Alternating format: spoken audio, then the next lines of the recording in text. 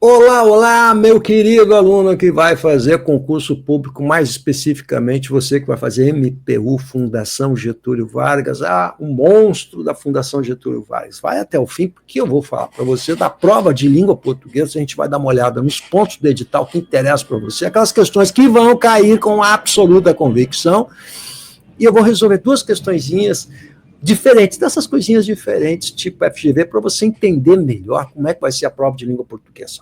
Meu nome é Ricardo Russo, sou professor de língua portuguesa, jornalista, professor universitário, há mais de 30 anos, eu trabalho com concurso público. A minha especialidade é a língua portuguesa, porque sou professor de língua portuguesa, e mais especificamente ainda a questão da redação. Então, eu quero que você pense o seguinte agora, me assiste até o fim. Primeiro, não esquece de dar o joinha aí, joinha, clica aí, pega, avisa para a galera, bote o sininho, faz aí o que dá para fazer pelo prof, legal? Eu quero que você entenda uma coisa, presta atenção, a preparação ela passa por você conhecer o edital e saber quais são os atalhos. Geralmente a galera fica preocupada com as questões objetivas, o programa, saber que conteúdo vai cair, o salário, aquelas coisas de sempre, legal? Eu vou analisar esse edital do ponto de vista do meu conteúdo, por óbvio, né? É a minha parte, né? Eu tenho que fazer isso, tá? Então, se você olhar o edital, você vai ver que são 120 pontos total da prova. Você concorre a uma prova com 120 pontos, e a gente sabe que para conseguir nossos objetivos, a gente precisa ter 90% de aproveitamento.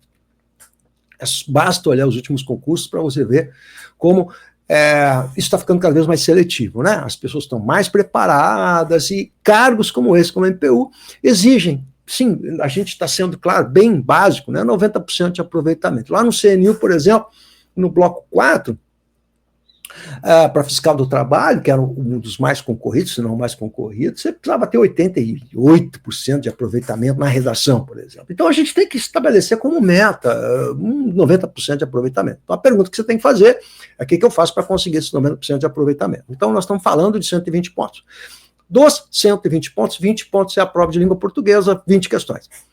Então, não é uma prova difícil, não é uma prova complicada, é uma prova diferente apenas, não é? Mas os textos são pequenos, então ele não tem aquela questão de textos muito longos, da interpretação que gasta muito tempo, elas não são difíceis, elas são trabalhosas. Uma coisa é uma coisa, outra coisa é outra coisa, né? Difícil e trabalhoso.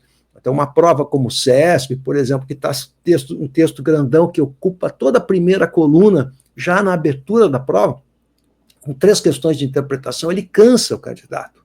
Não é isso? Você que está acostumado a fazer prova sabe o que o tio está falando, né?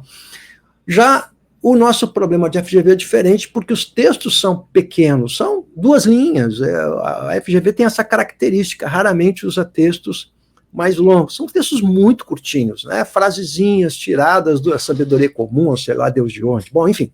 Né? E a redação, para quem vai fazer redação, a maior parte dos cursos, né, vai fazer redação, que é a dissertação argumentativa, aquela dissertação convencional. Por favor, não me venha aí decorar repertórios e redação esqueleto, que isso não funciona para conseguir 90% de aproveitamento, esquece isso, cara. Vale 40 pontos. Então, se você somar os 40 pontos da redação, você já se deu conta disso, mais os 20 pontos da língua portuguesa, você tem 60 pontos dos 120. Portanto, metade da preparação é a minha parte. Então, por onde você vai começar? Por mim, óbvio. Vou deixar na descrição do vídeo o curso de redação que eu aprontei para você, que é um curso justamente que vai trabalhar a redação e mais um módulo que eu estou dando um presentinho para você, um módulo com correção de questões da prova FGV e conteúdos da FGV que não caem em outras coisas. Então, vai ter ali, nesse módulo de redação, com preço promocional bacana para você que vai fazer MPU. Então fica ligado que eu vou deixar aqui bonitinho o link para você entrar e resolver o seu problema, redação em língua portuguesa. Bacana? Sem mais arengas e delongas, vamos dar uma olhadinha aqui.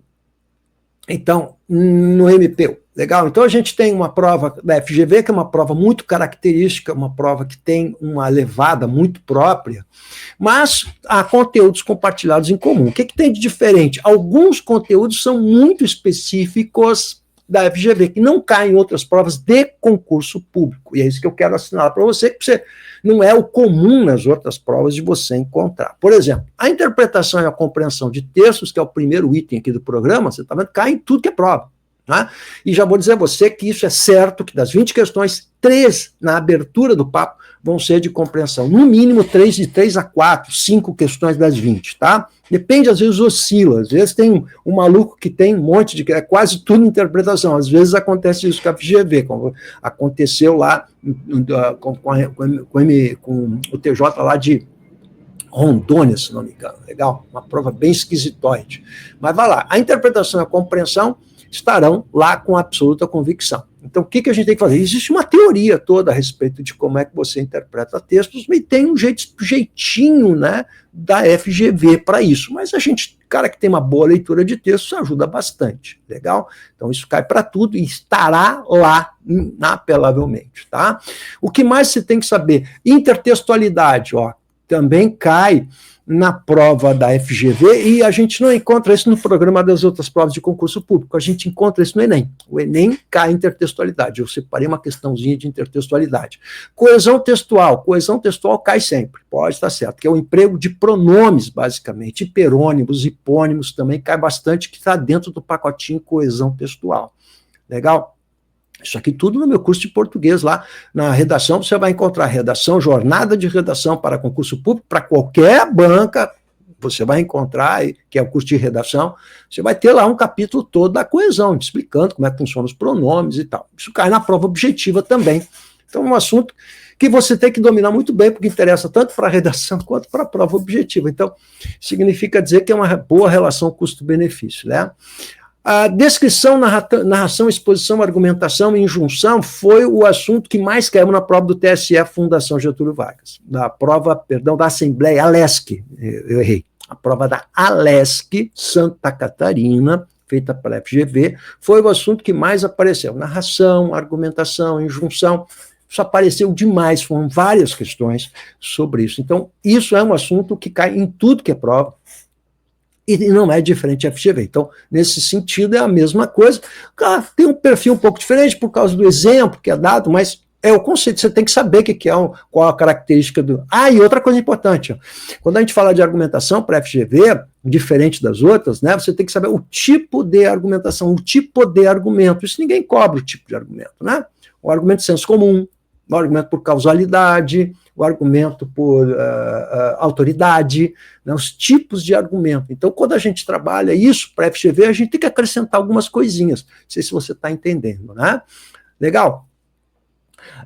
Que mais assim que tem de diferente? Né? Então, a estrutura da frase da língua portuguesa, que são essas operações de deslocamento, substituição, modificação e correção, ó, isso aqui cai numa questãozinha que a gente chama de reescritura de textos, que não é uma exclusividade da FGV, eu já trabalho com isso há séculos. Por exemplo, a Universidade Federal do Rio Grande do Sul fazia isso com muita propriedade, tá?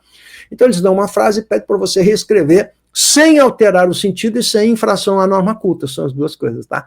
E aí pode cair, por exemplo, a voz passiva, a voz ativa. Então aparece lá uma frase, ele diz para reescrever, e ele está pedindo para reescrever na passiva ou na ativa, né? Então voz passiva, ativa entra nessa questão da reescritura de frases. Orações reduzidas entram também aqui na reescritura de frases, legal? Então quando a gente fala de reescritura de orações, a gente está falando de vários tipos, né? Pontuação, então pontuação nem se fala, né? Cai também na reescritura. Não é uma exclusividade da FGV, mas é uma questão característica da FGV. Então a gente tem que pegar e mostrar os tipos, as questõezinhas, ó, viu como é assim, viu como é assado? Foi a questãozinha mais chatinha da ALESC, que, a meu juízo, foi uma de reescritura de textos e que precisava transformar as vozes em voz. As vozes, né? A voz passiva tinha que transformar em ativa, se não me engano, era isso, tá? Então, isso tem que ficar assinalada para vocês aí. A questão, então, da reescritura, que entra aqui. Estrutura da frase da língua portuguesa. Deslocamento, substituição. É uma reescritura de texto, né? Norma padrão, pontuação, sinais gráficos, isso vai cair em tudo que é lugar, né?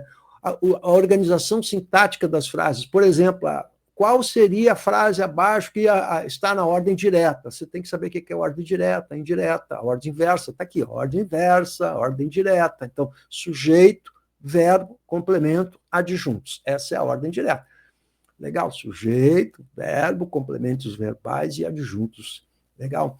O tipo de registro de linguagem, tipo de discurso, registro de linguagem, cai níveis de linguagem, formalidade e informalidade. Vou trabalhar isso agora, vou mostrar para você uma questãozinha sobre isso. Né? E as funções da linguagem que são só FGV em termos de concurso público. Ninguém usa isso, a não ser o Enem também. Legal? Então, nas funções da linguagem, é uma coisa específica. Então, quando a gente prepara para a FGV, tem que ter uma aula sobre isso. Isso é inapelável. Tá? Estrutura e formação de palavras, isso está dentro da gramática, abreviação, isso aí tudo é gramática, gente. Não tem nada de diferente. Tá? Parônimos, hiperônimos, polissemia, né? Os vários significados da palavra, isso aqui cai uma questãozinha de vocabulário, né? Então aqui você tem que saber conotação, denotação, figuras de linguagem, né? Os dicionários também é algo específico deles, tá? Quanto a neologismo, arcaísmo, isso aqui também está dentro do programa, de tudo que é prova, não tem nada de diferente. Então, não é tão misterioso assim quanto possa parecer. Bom, mas vamos lá, o que mais que a gente pode mostrar aqui para você? Vamos ver adiante aqui, ó. Então, vamos lá, sem mais arengas e delongas, tá? Então, duas questõezinhas só para você olhar que bonitinho, tá? Essas são bem atuais aqui, tá? Olha só, a 21 e a 22, ó. A frase abaixo, que foi construída exclusivamente por linguagem formal, aí o conceito de formalidade e informalidade. Então, vamos de novo, tá? Uma questão conceitual aqui. O que é linguagem formal? É aquela que nós chamamos, aquilo que nós chamamos de norma culta, ou seja, em qual construção abaixo você tem o uso de linguagem, do nível de linguagem formal, que é o uso da norma culta. Não vá pensar que formal tem que usar palavras arcaicas, palavras complexas, palavras difíceis, em absoluto. Formal é o nível formal, ou seja, sem desvios gramaticais. Né? Então, isso seria o que nós consideramos formal. Diferente do coloquial, que é aquilo da oralidade. Não vamos chamar de erro, seria uma coloquialidade, quer dizer, o uso corrente que se faz. Né? Então, formal e informal. Entendido isso? Agora, olha lá. Qual a frase abaixo é exclusivamente, só tem formalidade, não tem nenhum desvio. Então, vamos, uma porcada, como diria a ambiguidade, uma porcada, né? Primeiro a gente enlouquece, depois vê no que dá. Vê no que dá é super informal. Você está aqui no boteco conversando, né? Tomando uma cerveja no bar da esquina, legal, na fruteira lá, com o dono da fruteira. Mas vamos ver o que vai dar. Não tem nível de formalidade, é extremamente informal, coloquial. Não estou falando que é erro, a gente não usa conceito de erro, né? A não ser a Fundação Getúlio Vargas, que confunde, às vezes bota erro. Né? Não é erro, isso é uma oralidade. Então, você vê que é um discurso bem oral, né? Estamos conversando, batendo papo. E aqui o uso da palavra agente. Agente também, o uso no sentido de nós, né, das pessoas, né, é extremamente informal. Então, há muita informalidade na A. Vamos para B. A vida é curta, ó. De novo a gente está no boteco, não tá? A vida é curta, né, meu amigo? Quando eu digo a vida é curta, você está conversando, né? Para vivê-la de um lado de um filho da mãe. Bom, filho da mãe bota informal nisso, né? Vamos combinar, né? Essa aqui tá dada, né, gente? Vamos nascer, ó. Tem pessoas que discordam de mim e outras que são inteligentes. Então, tem pessoas que discordam de mim e outras que são inteligentes. Ó. Aí você tem o verbo ter.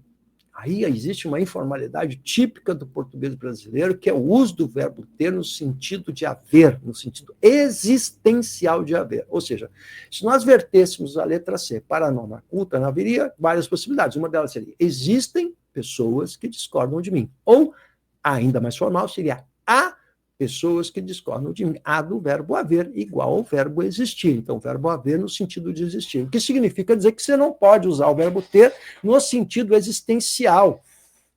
Você tem que usar o verbo haver ou o verbo existir, e não o verbo ter. Como é extremamente oral qualquer brasileiro dizer, olha, tem muitos problemas aqui. Tem muita corrupção no Brasil.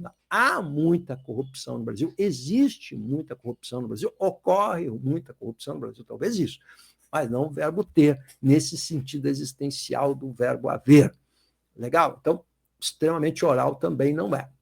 Vamos na D. Me deram como castigo uma pena de 10 anos. Né? Me deram como castigo. Para começo de conversa, começa com o pronome oblíquo e o pronome oblíquo não pode começar a frase pela norma culta, a gente está falando de formal, não pode começar a frase. Isso também é uma oralidade tipicamente brasileira, então eu teria de dizer deram-me como castigo, né? E não me deram, legal? O brasileiro coloca sempre o pronome oblíquo na frente, né? Já os portugueses preferem colocar atrás, né? Colocar atrás o pronome, eu estou falando. Né? Então, deram-me como castigo. Né? Até porque a pronúncia do pronome é diferente. Né? O nosso é forte, é tônico. Me deram. Os portugueses deram-me. Então, naturalmente, ele vai para ênclise. Né? Então, a norma culta diz que não se pode começar, portanto, uma oração, uma frase, um período com o pronome oblíquo, extremamente oral. Resta-nos, então, a única correta, que é aí. Somente o que perdi é meu para sempre. Uma frase limpa. Não tem nenhuma palavra complicada. Não, mas eu falei que formal não tem que ter palavra complicada. Não existe oralidade aqui, está de acordo com a norma culta. Então, a resposta correta é.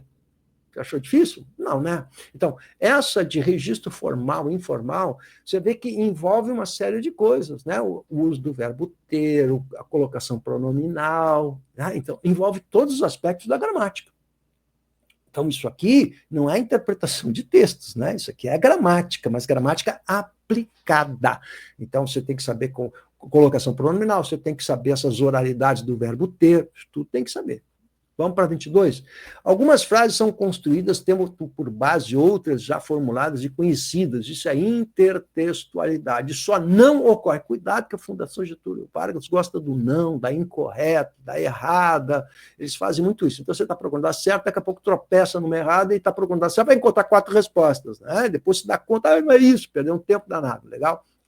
E os caras ainda colocam lá em caixa alta. Ó. Não ocorre. Tá? O que é intertextualidade? Quando um texto conversa com outro. Isso aqui é Bakhtin. A intertextualidade é Bakhtin. Bakhtin é um filósofo, um linguista russo, bastante famoso, já morto, já falecido há bastante tempo, extremamente importante, quem estuda linguística, estuda Bakhtin. E o Bakhtin faz isso, um texto conversa com outro. Né? Isso é um fenômeno da intertextualidade, assunto do Enem.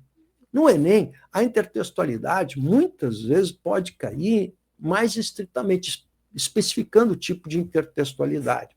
Aqui, basta saber, na FGV é mais simples, né? Basta a gente saber se existe uma conversa com outro texto ou não. Né? Então, quando eu digo minha terra tem palmeiras onde canta o sabiá, e aí o poeta vai escrever minha terra tem palmares, não é? Transformar palmeiras em palmares, há uma intertextualidade, porque está conversando com outro texto que já existia. Mas essa intertextualidade provoca humor, ironia, né? A gente chama de paródia. Então, é um tipo de intertextualidade. Você não precisa, para a FGV, saber o que é paródia, o que é paráfrase. Não há necessidade desse detalhamento. Basta reconhecer o que é uma intertextualidade. Então, existe por trás dessas frases que nós vamos ver aqui outras frases. Uma só não terá isso. Então, vejamos. Ó. Em dentadura dada, não se olha os dentes. Em dentadura dada, em cavalo dado, não se olha. Como é que é o papo aquele, né? Então, você vê que há um outro ditado aqui, anterior a esse, com o qual a alternativa A conversa. Então, está clara a intertextualidade. Né? Em cavalo dado não se olha os dentes, é isso. Né? A justiça pode ser cega. Bom, você já ouviu isso alguma vez? Já, 200 mil vezes, professor. Então, não está intertextual isso aqui. Está chamando um texto que já existia. Mas aí vem a ironia, mas não devemos fazê-la paralítica, né? Aí vem a ironia. Então, bota intertextualidade nisso. Água mole em pedra dura, você já ouviu isso antes? 500 mil vezes. Bom, então, é intertextual, né, meu querido? Isso aí já está conversando com um ditado popular, né? A pressa é inimiga da refeição. De novo, paródia aqui, né? Da perfeição virou refeição. Mudou, é uma paródia. Então, já ouvi isso trocentas vezes. Olha que barbada, gente. Para mim, o verdadeiro valor é a prudência. O que tem de intertextual aqui? Já ouviu isso antes? Não ouvi. Essa frase aqui, não. Então, não conversou com nenhum texto. Essa é a resposta correta. Barbadinha, né, gente? Barbadinha mesmo. Bom, Que mais agora? Olha só. Para fechar aqui, deixa eu mostrar para você, então, o que eu preparei para quem vai fazer MPU, e que a gente discute todas essas coisas e resolve, portanto, né, meu queridinho, todos os seus probleminhas. Vamos ver, o tio está aqui para te ajudar. Olha só. Curso Jornada de Redação lá no Hotmart. Vou deixar para você o link aqui na descrição. Legal? Então, o cronograma é um curso de redação para qualquer concurso público. Você vai precisar de redação? Então, você tem um curso com toda a base teórica, mais o material e mais a correção que eu vou fazer. Isso não é terceirizado, eu não mando, não é inteligência artificial, como as cursões aí fazem. A inteligência artificial acha que está pagando baratinho. Por quê? Porque a inteligência artificial que está corrigindo aqueles textinhos. Não, sou eu que corrijo via Classroom. Você recebe um link, entra no Classroom, lá tem uma série de temas de redação, eu vou dizer qual que você pode fazer, que tem a ver, portanto, com FGV, e você vai, e eu vou corrigir conforme o edital, conforme as normas do edital do MPU. Legal? Então, essa é a base teórica. Você precisa ter uma base teórica, legal? Então, primeiro você vai fazer a base teórica, para depois fazer a redação para mim. Então, está aqui a base teórica, olha só. Eu faço a apresentação do curso, bonitinho para você e tal, né? E recomendações iniciais, que são as dúvidas, margens, letras, etc, etc. Agora vem os critérios para a redação argumentativa, adequação ao tema proposto, o que é uma dissertação argumentativa, como você constrói o banco de ideias, isso é importante, né? Eu não vou fazer redação esqueleto, porque eu não trabalho com isso, né? Mas como você planeja o seu texto, a estrutura e o planejamento do texto, o que é uma boa dissertação e qual é a estrutura da dissertação. Isso é para qualquer um. O que é coesão textual? E aí eu vou nos textos mostrar exatamente o que é coesão, porque eu trabalho a coesão na prática de texto, que você não vai perder tempo, né? Como é que você constrói os parágrafos? Bom, mas, prof, isso aqui eu vou acrescentando aulas a todo instante, tá? Bom, prof, mas acontece o seguinte, que eu vou fazer FGV, então aí eu tenho aqui a FGV com um presentinho para você, que é esse módulo FGV, ó. Análise das questões, paralelismo, proposta de FGV dissertativa, e aqui eu vou acrescentando aqueles assuntos que eu acabei de falar para você, que vão ser acrescidos aqui também. Então, com isso, você tem a solução de dois problemas, a redação mais as questões objetivas que a gente vai discutir. E ligação direta com o prof via WhatsApp, para você tirar as suas dúvidas. Tudo isso por um preço de lançamento ridículo. Você pode fazer parcelado um hambúrguer por mês, se você quiser. Então, olha na descrição do vídeo. Por último, dá um joinha aí no vídeo e ajuda o prof a construir esse canal. Tamo junto aí?